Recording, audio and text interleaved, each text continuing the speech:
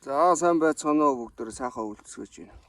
За өнөөдөр би нэг энэ ширхний тосны талаар ширхний тос одоо энэ нуруунд өвөрнө асах гэж байна. Тэгээ энэ юу юм бэ нэ?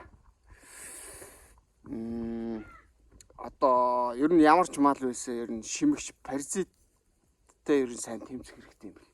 Одоо ингээл бие майжаад эхэлж байгаас удаан олон жил болсон хашаа бууцанд орж ирээ нэг сар шахуу хэвтэл тэгэл ингээд бие долоогоол эхэлдэм бэл.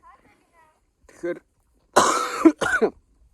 сайхан ширхтээ дэмжих хэрэгтэй. Тэгтээ манайхан бол ширхэнд нөгөө явмх тариад идэгтэй. Яа. Тэр бол миний бодлоор нөгөө жомо устгах гад байшингаа шатаалаа гэдэг шиг арай л гитэрсэн аргаа тий. Явмкол айгүй хортой тосон.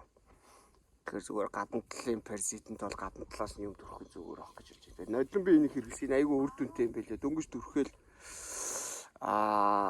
ерөнхийдөө хүн дээрөө тхилдэм байл. За тийм байна да.